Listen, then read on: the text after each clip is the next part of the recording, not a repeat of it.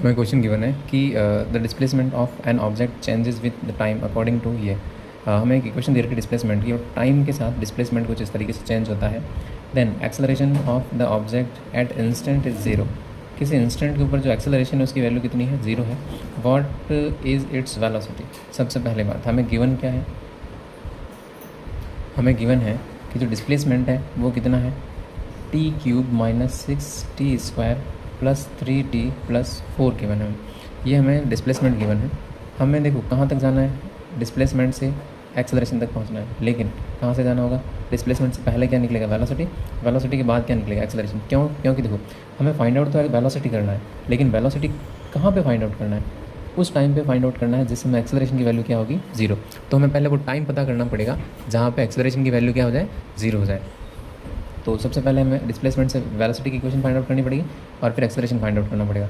तो हमें पता है कि वेलोसिटी जो होती है वो क्या होता है, D S upon D T, displacement upon time, और डी एस की इक्वेशन क्या हो जाएगी, T cube minus 6t square plus 3t और ये प्लस 4 अपॉन में डी टी। देखो डिफ्रेंशिएशन सबका होगा, इसका भी, इसका भी, इसका भी, इसका भी, सबका डिफ्रेंशिएशन होगा। तो v इज इक्वल टू क्या हो जाएगा आंसर, इसका डिफ्रेंशिएशन 3t स्क्वायर हो जाएगा माइनस, इससे ये मल्टीप्लाई होगा तो कितना हो जाएगा 12 t की पावर 1 प्लस t की पावर 1 है यहाँ पे, t की पावर 1 का मतलब है 3, t की पावर 0 जिसकी वैल्यू होती है 1 प्लस इसकी वैल्यू कितनी हो जाएगी 0। इसका डिफ्रेंशिएशन कितना हो जाएगा 4, 0 हो जाएगा।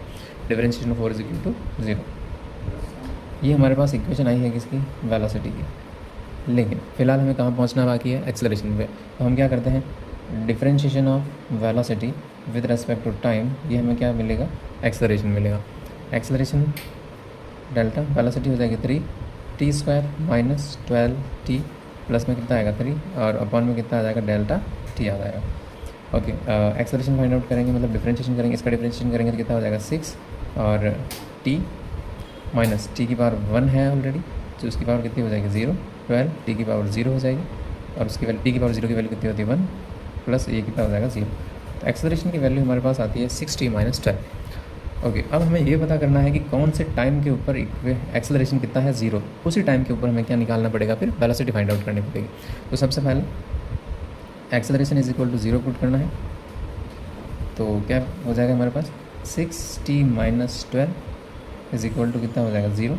ये पूरी वैल्यू मतलब कि एक्सेलरेशन कितना होना चाहिए 0, और वो कहाँ पे होगा, कैसे निकलेगा, 6t इज इक्वल टू 12 और t की वैल्यू कितनी हो जाएगी 12/6, ये आ जाएगा 2 सेकंड। कौन से टाइम पे, t is equal to 2 second के ऊपर एक्सेलरेशन कितना होगा 0 हो। अब हम एक काम करते हैं, ये जो 2 सेकंड है अब हमें किस में पुट करना पड़ेगा, वेलोसिटी की इक्वेशन में, ताकि जिस टाइम पर एक्सेलरेशन 0 है उस टाइम पर हमें वेलोसिटी मिल जाएगी। वेलोसिटी इज इक्वल टू कितना हो जाएगा, t is equal to 2 second रखना है, 3 2 की पावर कितनी है 2 माइनस 12 और t की वैल्यू कितनी है 2 और प्लस में कितना है 3, 2 टू 4, 4 3 12 माइनस ये कितना हो जाएगा 24 प्लस कितना हो जाएगा 3v और वेलोसिटी की वैल्यू कितनी आ जाएगी -12 और प्लस 3 कितना हो जाएगा माइनस का 9 मीटर पर सेकंड। ये हमारी क्या हो जाएगी, वेलोसिटी हो जाएगी। कब, t is equal to 2 second के ऊपर एट